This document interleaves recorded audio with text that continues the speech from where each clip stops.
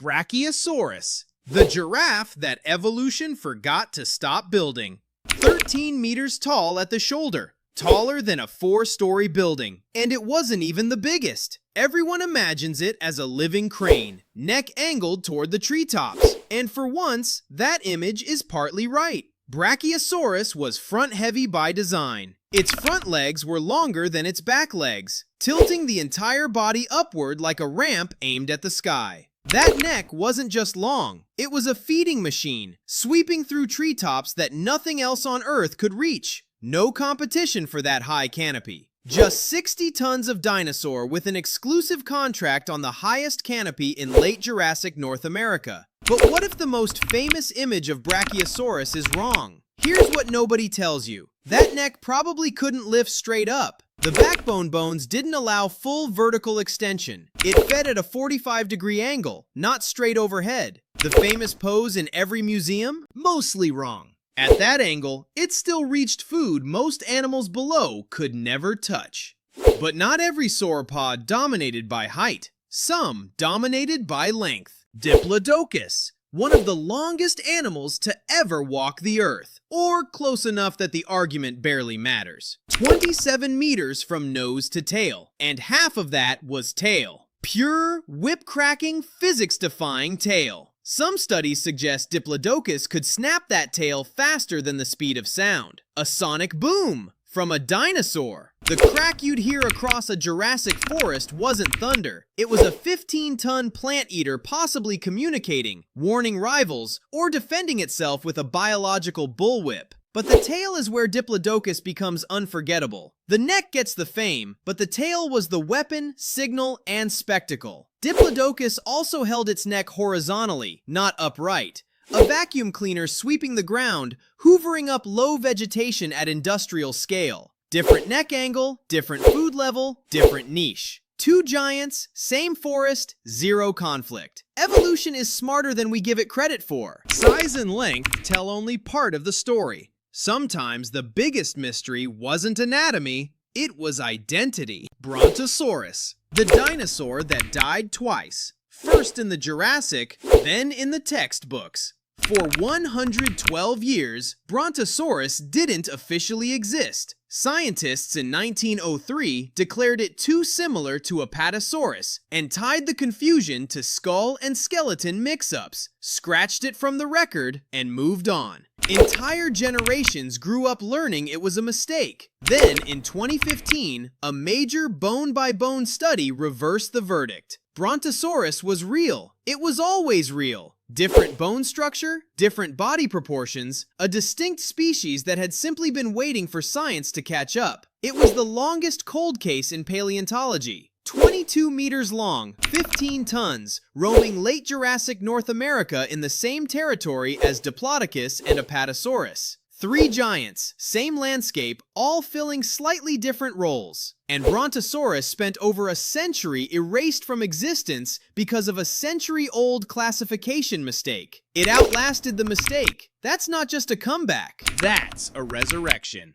But Brontosaurus's comeback came at someone else's expense. Apatosaurus, the one that dethroned a legend and paid for it by becoming the boring one. For decades, it carried a name Brontosaurus lost. 23 meters long, heavier than Diplodocus, with a neck so thick it looked wrong. More like a muscle column than a graceful sweep. This wasn't the elegant long neck of museum posters. This was built like a battering ram with vertebrae. Some scientists have suggested Apatosaurus used that neck for combat, swinging it sideways against rivals with enough force to cause serious injury. Neck jousting. Between animals the size of buildings, the impact would have been brutal. When Brontosaurus got its name back in 2015, Apatosaurus quietly lost its most famous role. Nobody writes books about the placeholder, but it was never the understudy. Apatosaurus was always its own species. Heavy, powerful, and completely misunderstood for 100 years. It deserves better than the footnote it became. Identity wasn't the only thing sauropods fought over. Some fought just to survive, on a scale that defies imagination. Argentinosaurus, the walking mountain. The animal that broke the scale and kept walking. 30 meters long, possibly close to 100 tons, depending on the estimate.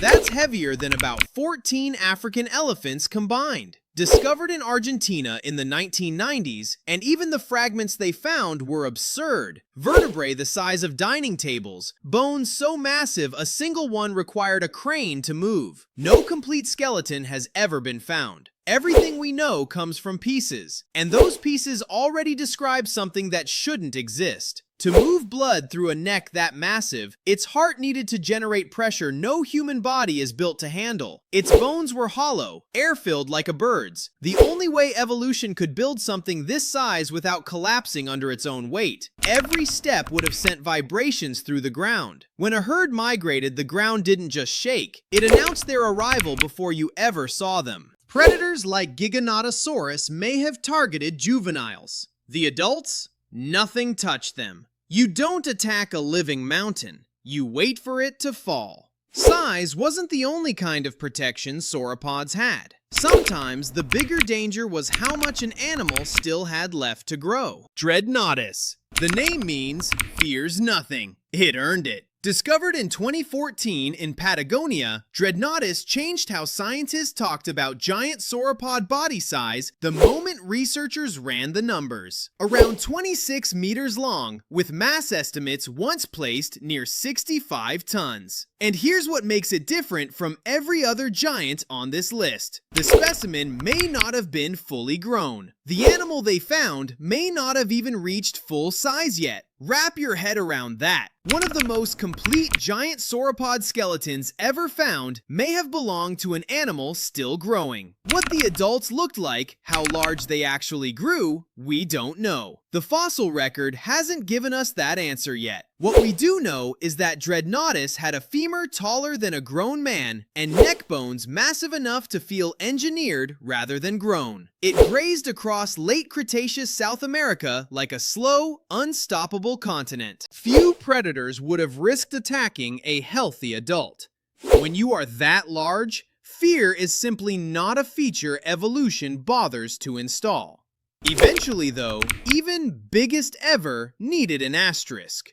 One sauropod would push past all of them. Patagotitan, one of the strongest candidates for the heavyweight champion of land life. Around 70 tons and roughly 37 meters, depending on the estimate. Described in 2017 in the Patagonian desert by a farmer who tripped over a fossil bone the size of a small car. That bone turned out to be a femur. The femur turned out to belong to one of the largest land animals yet known from strong fossil evidence. 6 individuals were found at the same site, which means this wasn't a freak of nature. This was a species. Patagotitan majorum roamed South America 100 million years ago, and it did so in numbers. It may have needed well over 100 kilograms of plants a day just to maintain its mass. Not to grow, just to exist. The logistics of being Patagotitan were staggering. Constant movement, constant feeding, a body that demanded resources on a scale few land animals have ever matched. When scientists mounted the skeleton in the American Museum of Natural History, it was so large, the head extended through the doorway into the next room. The museum wasn't built for something this size. Nothing was. Not every sauropod competed on size, though.